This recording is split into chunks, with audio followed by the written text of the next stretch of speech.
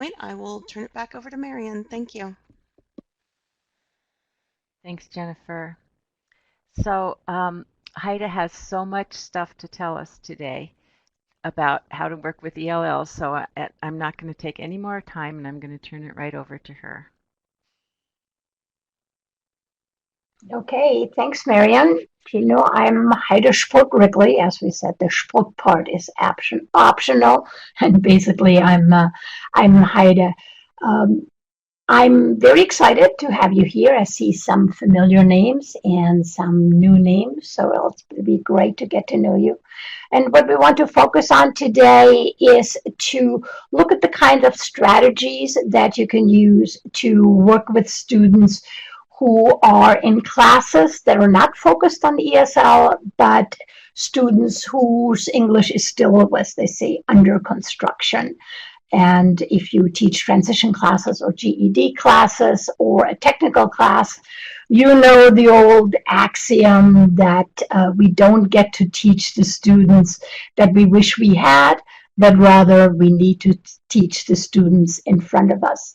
And so as you're finding that a lot of the students you have may not have the academic background or the English fluency that would help them succeed without additional support, this, session is for you.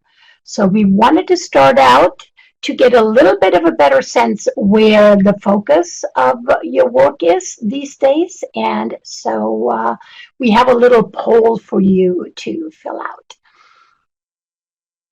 Jennifer, did you want to explain, or do you think it's pretty self-explanatory?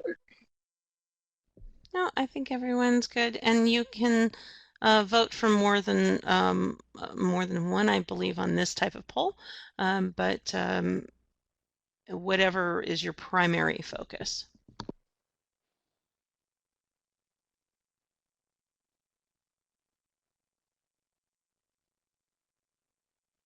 All right, good deal. It's nice to see the CTE folks there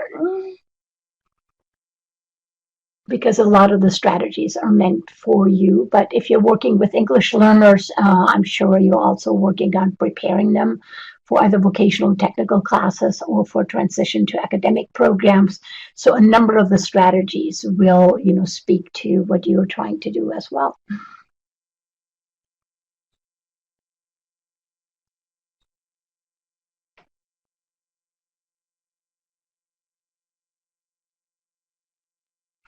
In terms of my own background, I'm working right now with a number of programs that involve both CTE, career and technical education, and adult ESL or ABE that are working in concurrent programs, meaning the students get a technical class leading to a certificate, and at the same time, they're getting ESL support.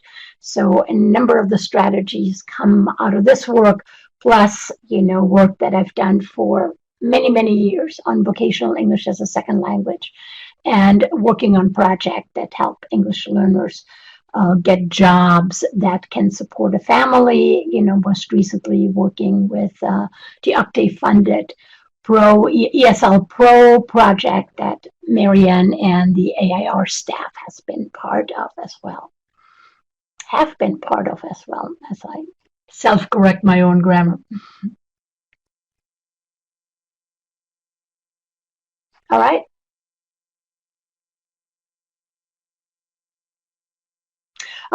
As usual, I don't have a script in front of me that I'm reading, so I'm kind of talking impromptu, which means you can basically interrupt me at any time, ask a question or make a comment in the chat box, and we actually will stop in between. I'll catch a breath and we'll see what you have to say or what question you might have. Here's our overview. Wow, we're already done with welcome and polling, so that's good. I wanted to briefly talk about new directions in the field that kind of frame the work we do. I think it's important to understand that there's a wide diversity of ELLs, so we'll talk about that and what it means for supporting them. I want to introduce again a model called ESL by Design for teaching and learning that's based on some of the research in the field in second language acquisition, literacy development, and social theory. And then, for the most part, we'll talk about strategies to help students succeed, hoping that there will be some new ones for those of you who are teaching ESL that you hadn't quite thought about.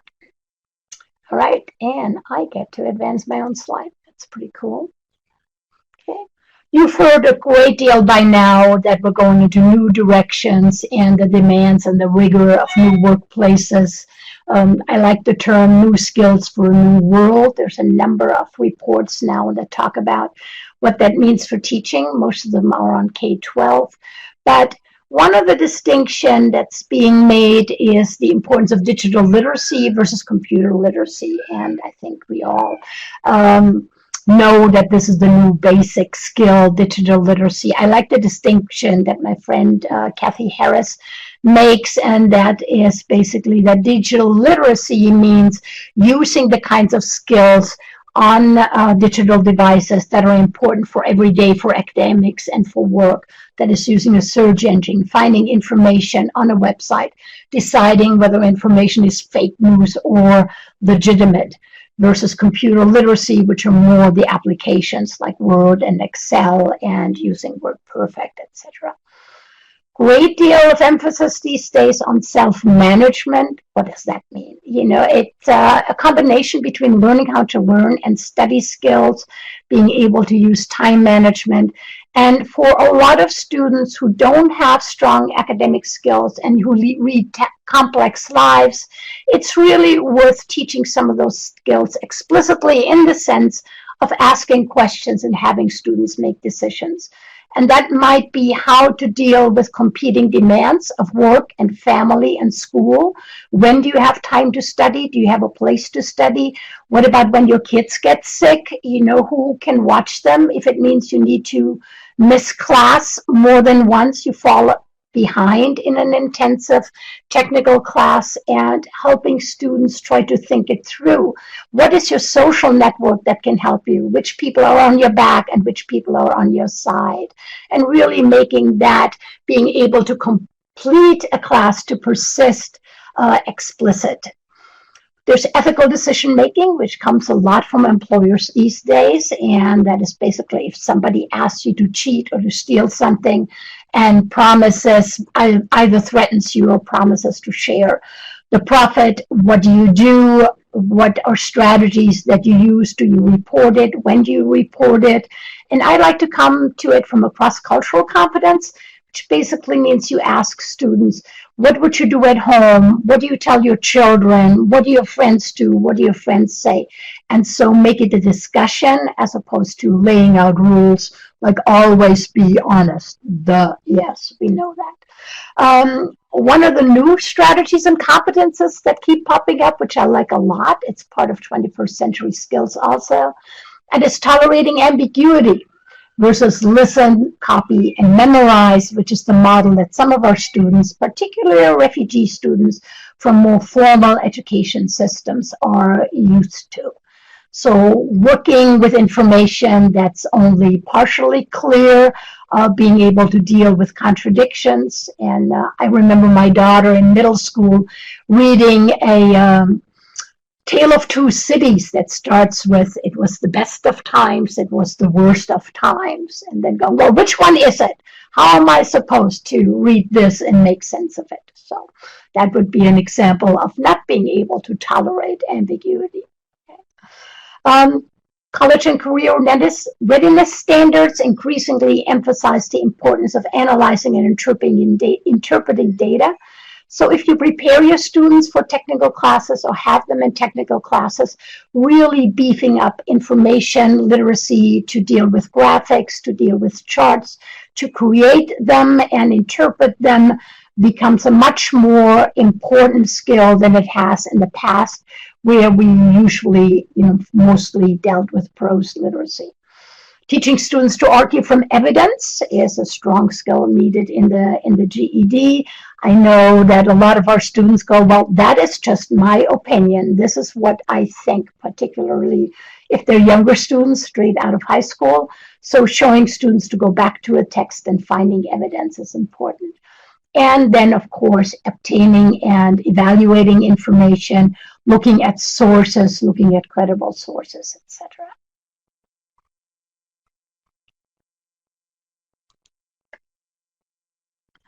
Here is an old cartoon from Germany that I've really liked for a while. It's drama in the nursery, and the German says, Lieber Peter, ich hoffe, du wirst glücklich mit deinem Game Boy. And it basically illustrates those changes in technology that we're seeing just by themselves without having to teach them with all of our students. Most of English language learners now have smartphones and they know how to use them. And they use them for texting and contacting your students. So part of the challenge now becomes to help students understand how to use technology in professional ways. You know, you don't use emojis if you send a text or an email to your professor or your technical instructor. You don't use the abbreviations or end your text with a C. But it's quite clear that these now need to be explicitly taught because they're not necessarily part of the normal social interactions that students have. So this professional etiquette. I want to talk a little bit about the range of students you will find, the range of students with ESL backgrounds. The range is much broader than in the adult basic education students that you might have in your GED classes. And the range includes both low-skilled adults who have less than a high school. The percentage is much, much higher under the foreign-born population than among the native-born population. But on the other end of the spectrum, we have foreign-born professionals, about 28% with master's degrees, who have the same, which is the same percentage as among the native-born population. So clearly you want to adapt your classes to students who need to develop a lot of academic background knowledge and may have some gaps, particularly in academic writing. But to use a different kind of models with students who may have professional degrees, who need more job-specific language, who need the social interaction skills, particularly around tone, who need to realize that sit down, please, is not a polite expression that you can use in the workplace. And if somebody says, you know, how much longer are you going to keep this up is not a question for a request for information. So focusing on tone and the importance in the workplace and in community is something that foreign-born professionals who are used to being able to tell others what to do have not necessarily acquired. And perhaps most importantly, accelerated learning options. So professionals get to learn on their own, more materials for them to read, vocabulary lists for them to explore. Independent learning with some guidance really can help these students move much more fast than normally a standard class that has students who still face academic challenges, you know, for whom that is the normal speed. I wanted to say something really quickly about the social emotional aspect of working with foreign-born professionals. For a lot of these professionals, if their English is still developing, it means a loss of dignity, a lot of status. I hear all the time people saying, I used to be somebody, and now I'm not just somebody who doesn't speak English. Or doesn't speak English well. It keeps coming up talking to cab drivers. It keeps coming up talking to professionals in the healthcare field. So talking with your students, getting a sense of their backgrounds, asking them interesting questions about their experience, and building on their background knowledge becomes really important for those students to feel that they're part of the community. By the same token, making sure that there's not a certain class-based arrogance that comes up in the classes where students with higher levels of education put down those with a little bit of education. So I would say making, you know, the community explicit. How do we learn as a community, and setting up norms in discussion with your students. The last part is the Generation 1.5. And those are students who were born in the United States, but maybe didn't finish high school, or even if they finished high school, may not have the academic skills that you wish they would have. The majority of ELLs in K-12, by the way, are students in high schools in K-12, are students who were born in the United States. They have grown up in bilingual environment. They can move back and forth between, the native language and English quite easily, but they may not have the academic writing skills that you wish they have. So providing opportunities for those students to both improve their skills through tutoring perhaps, but also giving them a chance to answer test questions verbally to start, to talk with everybody and say, what are your points? What are you saying? How does this work? Tell me, so students can be clear on what they want to say. And if they're clear on what they want to say, you can tell whether they know it or not, or whether their writing really is the problem as opposed to the content knowledge. I wanted to talk a little bit about the bilingual brain and some of the principles. We know much more through fMRIs now about how the bilingual brain works and what we can take into account as we teach bilingual students. And all ELLs, by definition, are bilingual students. I think we're getting over the prejudice of saying bilingual, but if you want to say dual language students, because it's more acceptable as a term, go ahead and replace it. We know that bilingual brain will automatically translate. You cannot tell students, don't translate. Well, you can tell them that, but it won't make any difference. As a bilingual person, I know that anytime I'm confused about a term or an example, my mind automatically goes back to the home language and I go, oh, it probably means this. So if I say Schadenfreude to you and explain it in German, you would want to know how do you say it in English, and this is how all of our brains work. So bilingual students, because of the translation issue and moving between two language systems, they need time to process information. So one of the basic strategies that you can use as you teach your classes is to just slow down. But don't slow down every word. That really inhibits comprehension, but take time to kind of slow down at where there would be a comma. And another thing for us to remember is that bilingual students need more time, and then stop for 2 or 3 seconds to let the bilingual brain catch up. And it will make a big difference in helping your students be able to process between languages. Contentious issue, the home language and use of the home language, whether it's an English class or whether it's another class. I recommend against saying this class is English only, but rather set up some rules that really promote the judicious use of the home language. So for example, if students work on a real difficult task or problem in a group and they share the same language, to allow people to talk it through in a language that they're most comfortable in, but then report back out in English. So it's really worth thinking about what makes sense, how does it make sense, rather than having strict and fast rules and interrupting students when they're really in the middle of processing information. I am always surprised how little use there is in classes or discussion of Google Translate. It's such a great resource that all of us who are bilingual use all the time to help your students understand that Google Translate is terrific on the word level. It absolutely sucks, excuse the term, on the paragraph level, or God forbid, on an essay level. So really encouraging your students to not translate full text from the home language into English and turning them in. It will be a total mess. So giving them some practice of giving them a text in English and translating it into Spanish, say, and having students look at the Spanish so they themselves can say, well, that doesn't make sense, or that's not how we say it, really builds that background knowledge and when and where to use Google Translate. Again, judicious use and strategic use is something that we want to teach students.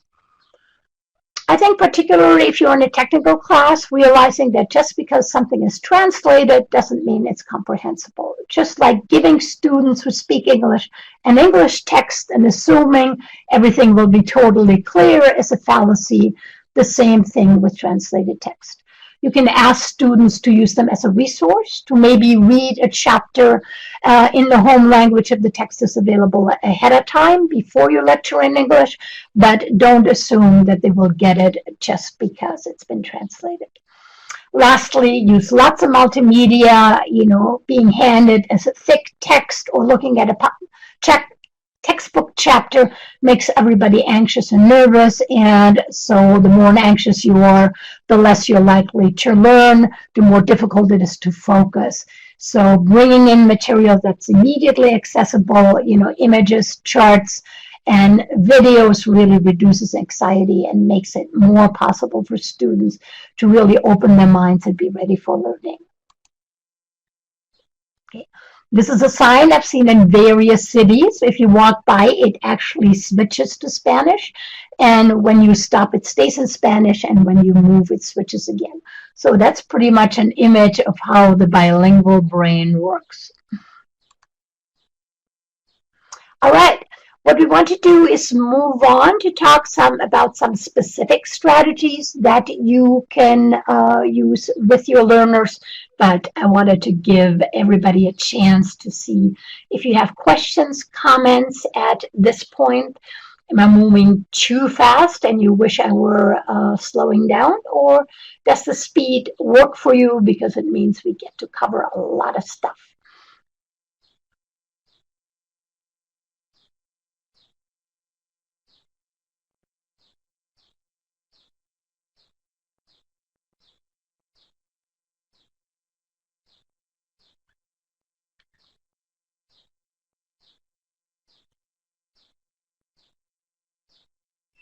All right, so let us know if it's not okay for you, or jump in anytime and say, can you explain what you mean by that? And we'll try to find time to do that.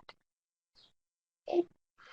One of the things I wanted to introduce is a model that we, and by we I mean Jim Powery and I of Literacy Work International. We run this really small company, 3 people and a peacock. And we've been using a model that basically ties together strategies and tasks in a way so they reinforce each other. We've used it in the work we do in Rwanda. I introduced it as part of the Pro ESL work. And we've been using it in various technical assistance projects, including the Project English Innovations funded by the Bill and Melinda Gates Foundation. So there is some, pick up, take up of this model, but for the most part, I just wanted to tell you about the strategy that we worked out and field tested and tried. And here is, similar to a lesson plan, how the different components fit together. It starts by activating background knowledge, knowing what students know. It moves to explanations and discussions for students that involve them. I wanted to highlight that in technical classes, students need to be able to listen to paragraphs. Whereas in ESL classes, the experience they have that all is very interactive right from the start. The teacher asks a question, you answer a question. The teacher never talks for 5 minutes in most classes. But all of a sudden, to be in a technical class and have the instructor talk for 10 minutes becomes overwhelming for students, and giving them a chance to get used to that and hearing coherent, extended English spoken, ideally with questions interspersed and with video and graphics, is an experience that's absolutely necessary for ELLs if they're going to succeed in academic or technical classes. We're using a task-based model. That means that students get a task or a problem to solve in each lesson. They don't just do worksheets or just talk about things, but there is a problem to solve, there is a discussion to be had, there are ideas to be generated. And what makes this model worthwhile, I think, that the teachers use guided practice, and that is, as a teacher, you explain what it is you expect and you show what it is you expect. There's pair or group practice. There's a focus on raising language awareness and how English works. There's a place for individual practice. There are reviews and quick checks to make sure students got what they're supposed to get. And then there's room for student feedback. So I know you've all used variations of this model. This is just a different way of pulling it together. So what are some of those strategies that you may want to try out? Knowing what students know is, of course, a really, really critical concept that gets reinforced by brain research. We don't learn new stuff ever if it's not connected to something that we don't already know. So unless you help students make a connection between prior knowledge and experience and what they think and feel and what is going to be learned, the brain just doesn't engage fully, and sometimes you might as well not be talking. So one way of doing this is by just involving students in generating key vocabulary. You write a key term on the board, whether it's individualism, whether it's construction, whether it's the Civil War, and have students just generate ideas. What are the words that come to mind? And then, create a mind map, listening carefully to what different students are able to contribute, where difficulties might lie, and gaps that you need to fill in, and where you may want to focus on. So you don't start from zero, you start from what ideas students have generated.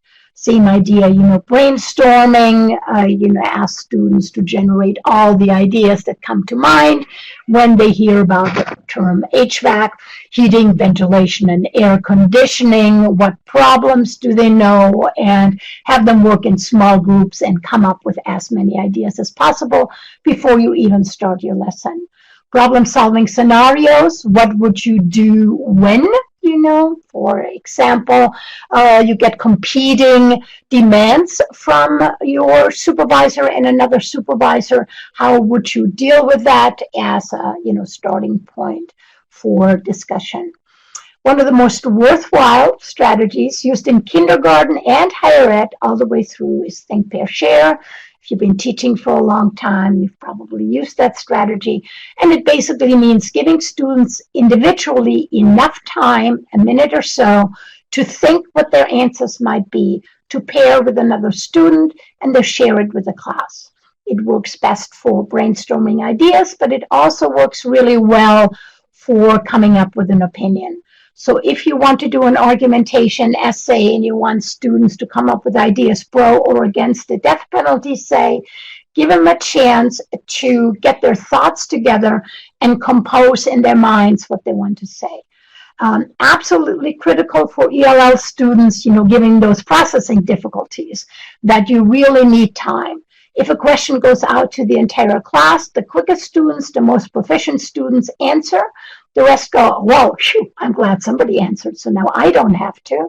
So it both, quote, forces students to think individually and share and engage, but it also gives them an opportunity to get their thoughts together, and you get much deeper thoughts and richer thinking than if you ask people to talk about things right away. So thinking time. Some quick strategies on explanations and discussions, and those come out of my having been both an ESL student who then had to deal with academic classes, being a coordinator for a project that dealt with foreign-born professionals out of China, and now working with students who are in CTE classes and trying to make it through. If you can, and this is probably the most important part, if you really want to focus in on strategies to support students, I'm going to slow down a tiny bit. If you can start your classes, not just with objectives that are up on the board, but really talk with them and saying, okay, today there's going to be 3 things that are going to be really important. Because if you don't get these 3 things, it's difficult to move on. You'll get confused. You won't understand the textbook. You'll have trouble making it through the course. You'll fail your tests, to exaggerate. And so pay attention to those 3 things. You probably shouldn't have more than 3 or 5 of those. And these are the takeaways. If you take away one thing from today's class, I want you to take away the fact that you can do this. You can figure this out. I will help you. Don't give up. We're here on your side. Or it could be a technical, takeaway. Wear your goggles if you're going to do welding or else. So highlight those key concepts and takeaways that you want students to have so everybody's clear to start and you've talked with students and gotten them on your side. Again, it builds schema, it opens up the mind. The second piece, and I have asked professionals and professors ask this again and again in classes for professionals, but also for regular students. Could you please provide an outline of your talk so students can get ready the night before? And could you do a list of the key vocabulary that you will use so they can come to class with translated material and be clear on the key stuff? To a person, I have not been able to get this from people who are teaching the highly academic classes. So if you're not in this category and you really would like to help your students to succeed, give them an outline ahead of time, give them the key vocabulary, flip instructions so they get to look at these and translate it in their own minds or for themselves or think about it and ask for help. And then the next day, they'll be much more prepared to do this work. Of course, you will have students who won't do this at all, but it gives those who are really serious about learning a real leg up. How-to videos are a lot worthwhile and students love seeing them. They don't have to totally match what you say, say where the difference is or where you disagree, but students can replay them and play them again and again and get information from them, whereas they only hear you say things once and then it tends to disappear or they have to go to the textbook, which is a real challenge to try to make through. Most videos have captions. Show your students how to turn those on and off so they can listen to them with text underneath and hear the vocabulary, see it and hear it, and then turn it back off so they don't rely on the captions because you're not going to have captions when you lecture in your classroom. One of the things that when I worked with the Center for Immigrant Education in New York at LaGuardia, the instructors made podcasts of critical vocabulary for healthcare, for construction, for some of the subject matter classes. I cannot tell you how much the students appreciated being able to have kind of an MP3 file that they could use on the MP3 player then, but on their iPods or on their phones to basically be able to hear vocabulary that they need to remember. Being able to hear it pronounced is really important because it doesn't always, sound the way you think it should sound, and then you get confused when you see it in writing. So if you could do that for your students or just say, okay, 5 things in this chapter I want you to remember, it would be a great contribution. Maybe you can find a work study somewhere to do that for you. One instructor in the work I've been doing in South Texas College with the HVAC folks and the nursing instructors, one instructor told me that he makes an outline of the textbook's chapter, and then he lectures based on the same categories and flow that's in the textbook. I can see where students would tremendously appreciate that because all of a sudden you get it 3 ways. You get a preview, then your instructor tells you in a way that's organized well what some of the key concepts are. And then when you read them, it reinforces what you've already heard and what you already know. So it really would make a difference if you'd be able to do that for your students. We talked about visuals to illustrate.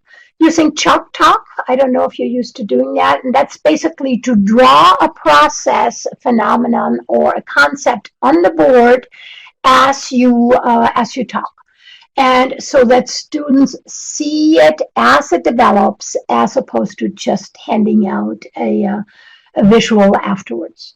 Asking students to storyboard a process, draw it, don't necessarily, and then write captions underneath.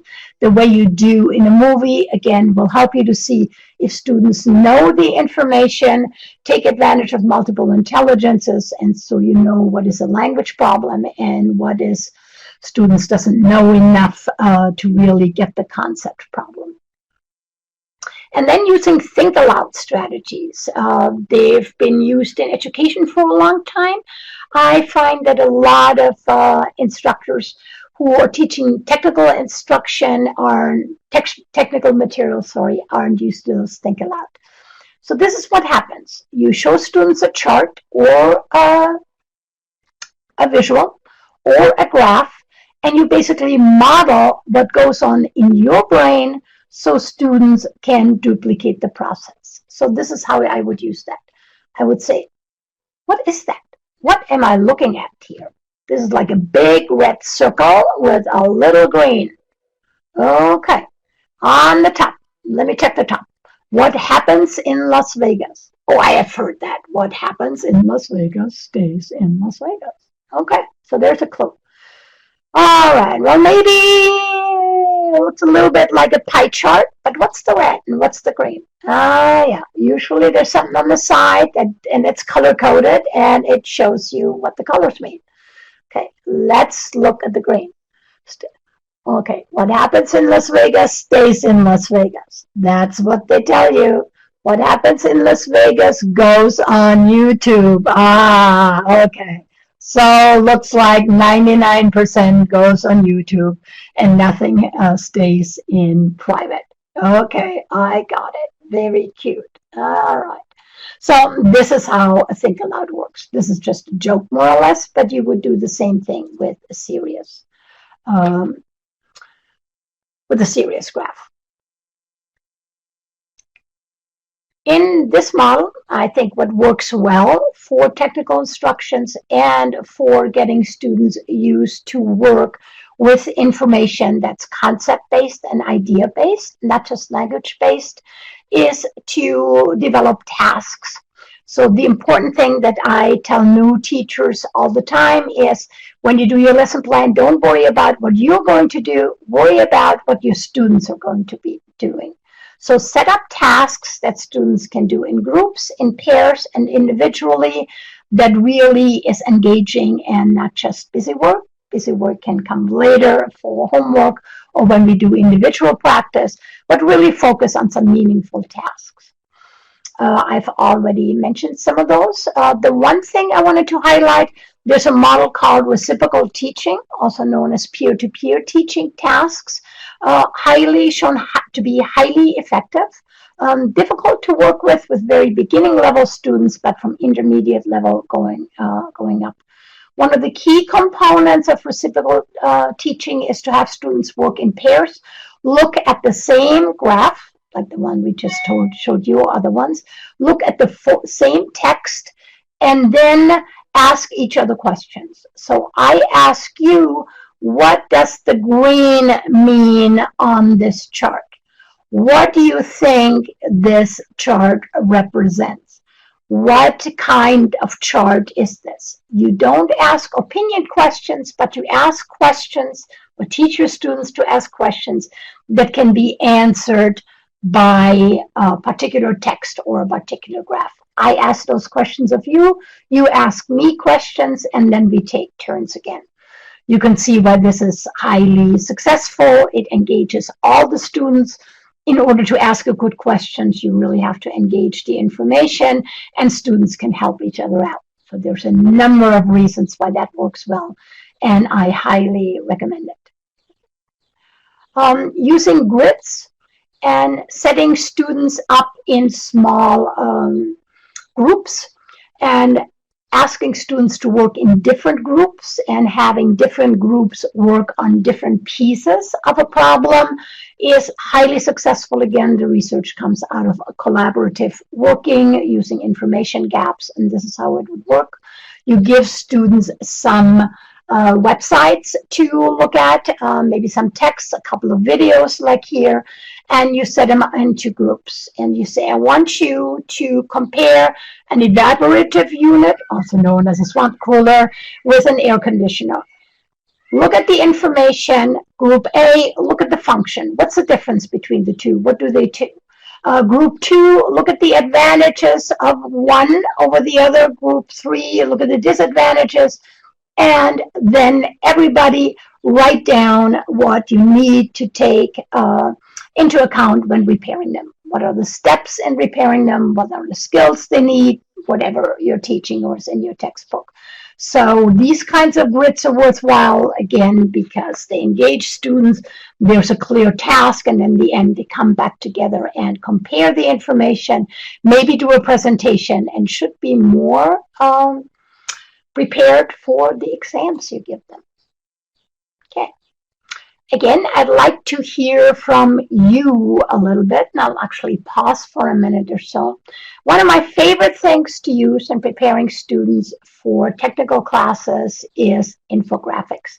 There are now some terrific infographics out there from different countries, so figuring out, what the context is becomes a challenge for students, but you can guide them. So as you look at this infographic, very, very rich, right? A whole chapter's worth of information. What are the skills that you could be teaching through this infographic? Or alternatively, how would you approach this infographic in terms of what tasks would you give your students to help them sort out what information is embedded here? What's the story this infographic tells? So one more time, what are the skills that you can teach, and what tasks would you give students to help them develop these skills for interpreting graphs? All right, Rosalind is typing.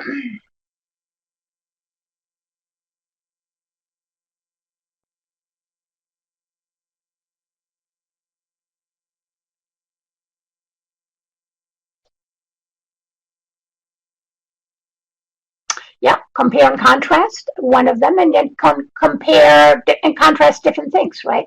You can compare the salaries that people make, and you can compare the different kinds of engineering specializations that are in there, which really, Rosalind, you're right, they're really one thing.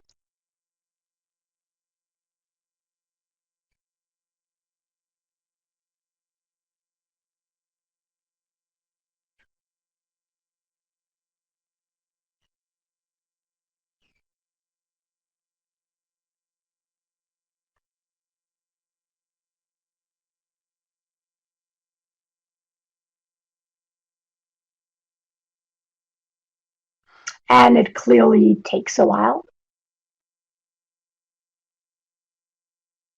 to think about all the skills that are embedded here.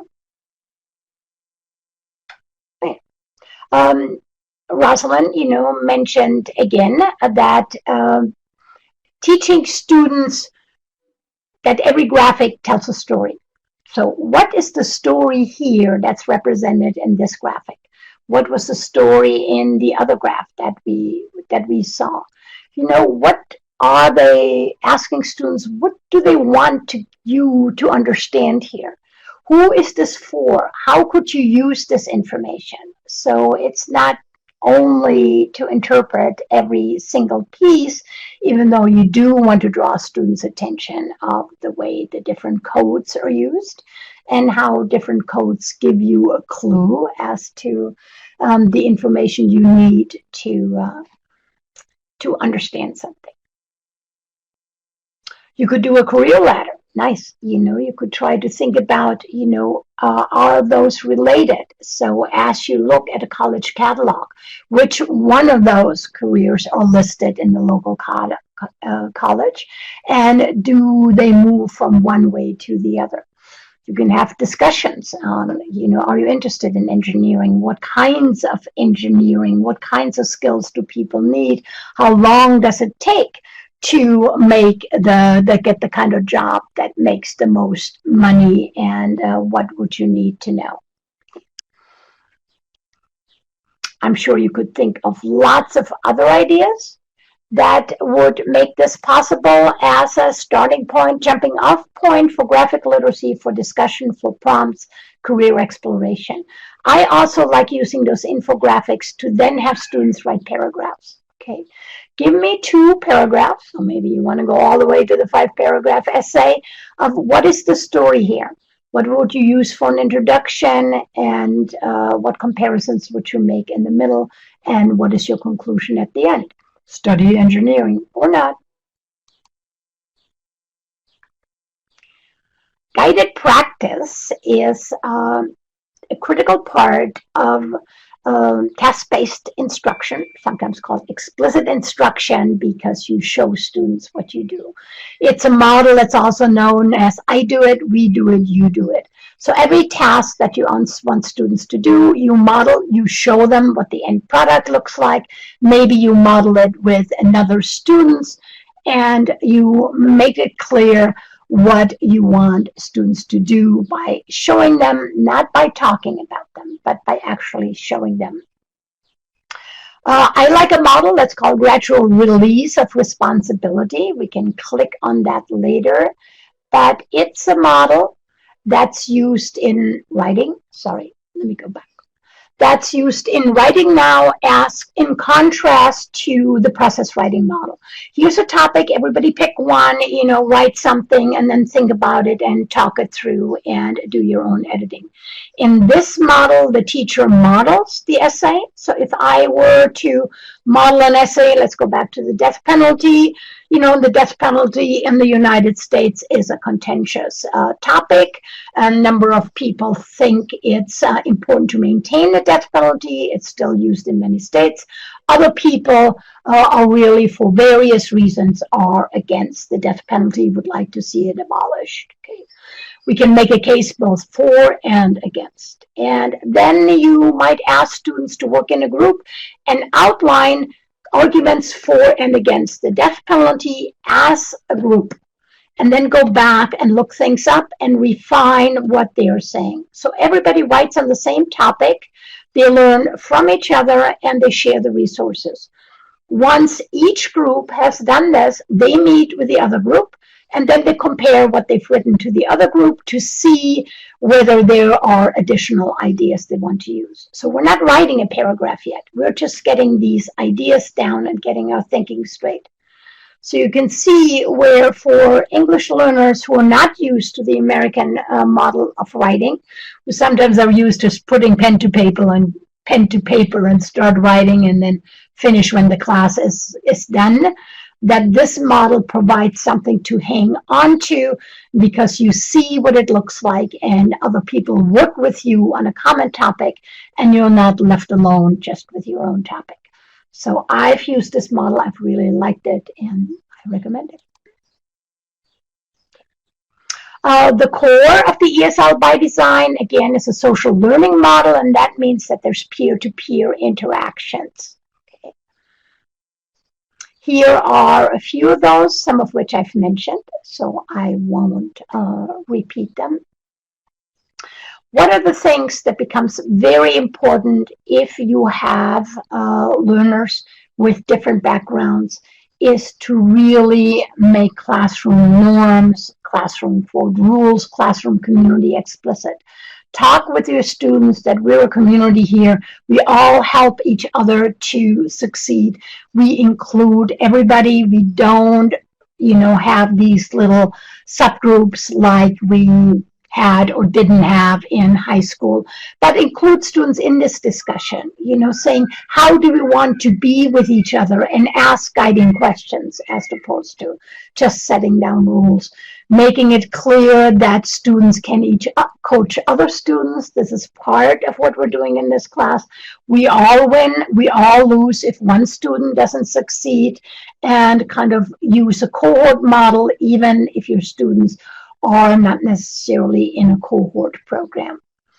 The next bullet comes out of the work of the lab school in Portland State, where it became very clear when you ask students to work in pairs or in small groups, don't interrupt.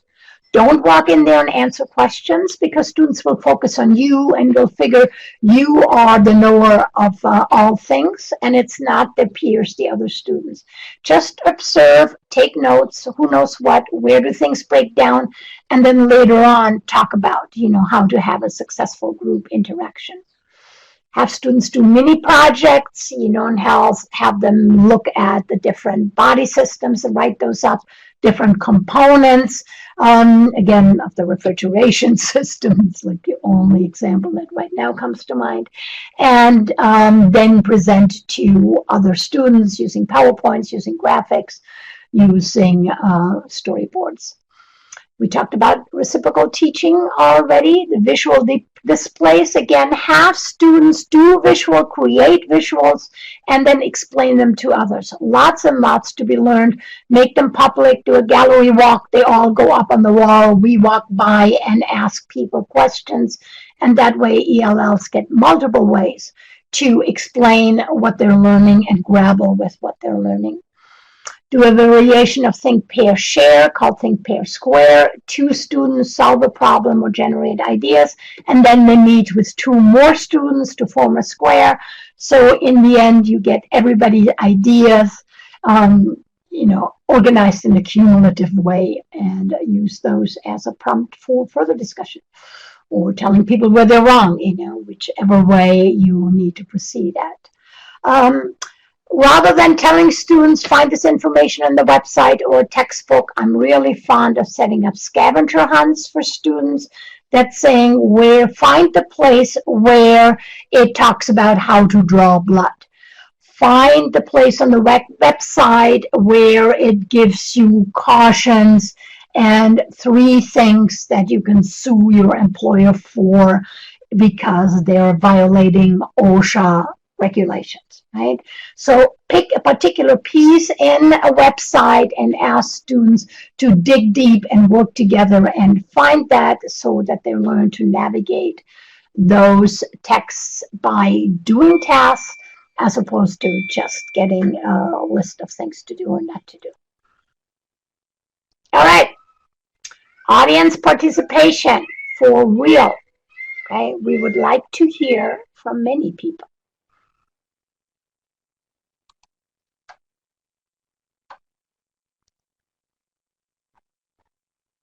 And Marianne has set it up so we can see everybody's answers. And so the question here is, what do you see at some of the key challenges that ELLs face when they transition out of ESL classes? What's difficult for them? Or what do you wish the instructors in the Next Step program would know about your students that they perhaps don't know?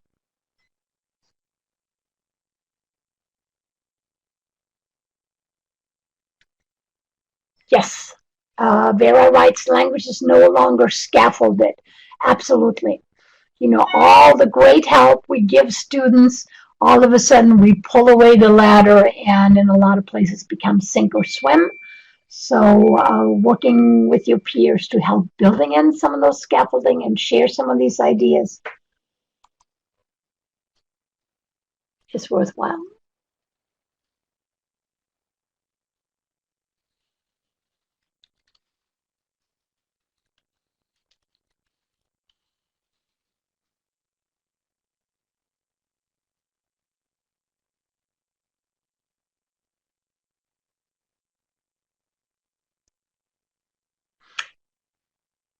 Mary had written communicating is the main problem, and there's various forms of communicating, right? Letting other people know that you don't understand, getting your point across. And so being able to get your point across in different ways and having other people be patient as you try to figure out what you want to say becomes important on the teaching side. Strategies for navigating textbooks, helping students see that if they read the first paragraph and the last paragraph, it really builds a frame, letting students know what to read last because it may be an interesting story, but it's not something that will necessarily you will be tested on. Also, really, I'm just skipping over things. I really like what Sachi is saying, that confidence and believing in themselves. And I think one of the key things you can do as a technical instructor, non-ESL instructor, believe that these students who are hard to understand because they may have accents, who kind of talk in a kind of language that's still a bit structured, if you give them the message of you can do it, you can succeed, and I will help you. We're on your side. And I know I'm repeating that, but it's really, really important. And giving students to begin with success experiences, giving them tasks that build on what they already know as individuals, the work that they've done. Most ELLs are working, right? So most of your students will have had jobs. What did they learn on those jobs? What skills do they have? What do they think, are their strengths when it comes to work? Not to education and training, that's where students feel real weak, but in terms of doing the actual work and particularly doing hands-on things. Yes, not speaking up because you're always afraid you're going to say it wrong. And going back to community and rules for community, there will be no laughing in my class. Say it up front before students ever start laughing. We will not make fun of other people, of the way they look, the way they talk, or the way they sound, the way they dress. This is a given. Let me just say that up front. I used to tell my students, this is not negotiable. And so if you write it up as a few, rules to live by for everybody, if there's a snicker, you can just kind of point to it and say, remember, and you don't have to be the big moral lecture person at that point. I want to see one more time. A couple of more minutes. What? I know. All right, I was go back to your slides. Stories, but now I won't. Okay. No, I understand. All right. I'm just really impressed. You have a really, really good sense of what the challenges are, and I think as a community, let's start sharing information on and working on helping everybody succeed, including the instructors who are new to all this. So here's a cartoon I really like, showing how difficult it is for everybody to understand, to really explain what it is they know or may not know. Building language awareness. Of course, if you're an instructor in a technical class, you can teach English grammar. Maybe you'd like to, but you may be doing it wrong and you will go down that rabbit hole. But what you can do is teach language awareness. Draw students' attention to the kind of language that you use, that is used in text, that's used in video. Say, then the device is inserted into. So all those passives, and try to deconstruct those for your students. Okay. Multiple word meanings are a difficulty for students, so explain that backing up the computer is not the same as backing up a truck, and use some examples. Doing vocabulary self-assessments. These, for example, are taken from social studies, but you can use the same thing for your technical classes. Having students self-assess if they can explain a word, if they can use it, if they can use related words, seen or heard this word, and most importantly, saying, I want to learn this word, and giving them strategies for vocabulary learning and vocabulary remembering. And here's a fun thing. Having students play with language curiosity. Gee, I wonder what that means. It's pie. It's mini pie. It's octopi. Oh, I get it. Giving students independent practice. Using flashcards. I'm a big believer in using flashcards. I learned all of my English with flashcards. Well, maybe not all of it, but a lot of my initial vocabulary, because you can use them anywhere, on the bus, at home, all the time you spend sitting around in the doctor's office. So showing your students how to use Quizlet, how to use Duolingo Tiny Cards, so they can use it on the phone or on a small device, but also showing them how to create flashcards and taking them with them and study on the fly. Use that time to study vocabulary. As we said at the beginning, stop before the lesson ends, right? Do highlight what key takeaways are, just like you did in the beginning. Now remember this. Review the key concept vocabulary, saying you cannot go on unless you know these terms. Write them. Last part, write the assignment down and have students copy them. I know we shouldn't have to do that. We shouldn't have to do that, but teach the students in front of you. They leave the classroom, they forget, and you don't want to hear, I didn't do the homework because I couldn't remember it. Quick checks to give students statements to agree with or disagree with, right? An air conditioner is also known as a swamp cooler. Yellow, well, maybe, maybe not. Red, absolutely not. Green, yes. Everybody in the class holds up a card and you ask them to say, well, why do you mean that's true or not true? Using exit cards to ask your students to give feedback. Again, it takes time, but really worthwhile. Have students write up. During that group work, I felt what? Confused, excited, confident. One thing I'm not sure about, I need to hear more about. My favorite part was when we, broke for lunch. So give students big index cards, asking them to fill them out. Do not let them leave the room without giving you the card. Look students in the eye, say, glad you're in this class, would love to talk to you more.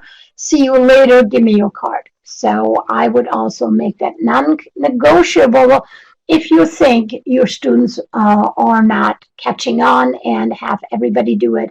And you'll gain a lot of insights. And when you thought you were absolutely clear and it turned out you actually weren't. That's not you, that's we, that's all of us. In the end, what makes a difference? I think giving people credit for the ideas that they have, not just the English that they have or not have. Stop asking students where they're from as a major part of departure. Students get asked this all the time. Maybe they just want to be new Americans at this point and move forward. Community, having everybody feel that they're part of something and that they have smart things to say no matter what their backgrounds. I threw in some can-do lists as examples. I think they're hugely helpful in having students, again, show you what they can do and tell you what they can do. So you ask students to indicate the level of confidence they have. These are self-management skills. And you ask them to demonstrate. So whatever is on the can-do list must be, quote, actionable and demonstratable. So you can go to a group and saying, okay, tomorrow we'll have some tasks and I will ask you to outline a sketch of a lecture to see if you can do it. And if they said they couldn't do it, you'll show them that they actually can. So we talked about the exit cards. And Marianne, we would like for everybody to take a minute to fill out their own exit card. Is that correct? I think we don't have time for that, Haida. We were going to do that, but always we need to wrap up. Out of the most important parts. So thank you for staying with me. I really glad that you were okay with the level of speed. I do apologize for running out of time, but I hope to see you again at some point, somewhere soon, and I hope we can keep discussions going as part of various communities. So thank you very much, everyone. Thank you so much, Haida. And if you guys remember how to go up to the icon at the top and give Haida a round of applause. She really gave us so much information in a short period of time. And I appreciate it. I appreciate your being here. And when we close the webinar, you're going to be taken to an evaluation form. Please fill out the evaluation. And somebody asked about certificates. If you would like a certificate, email Jennifer Aldrich or me or CalPro Help at air.org and we will send you a certificate. Thank you so much. And thank you for all the thank yous, and I thank you as well. Okay. Bye-bye. Okay, bye-bye, everyone.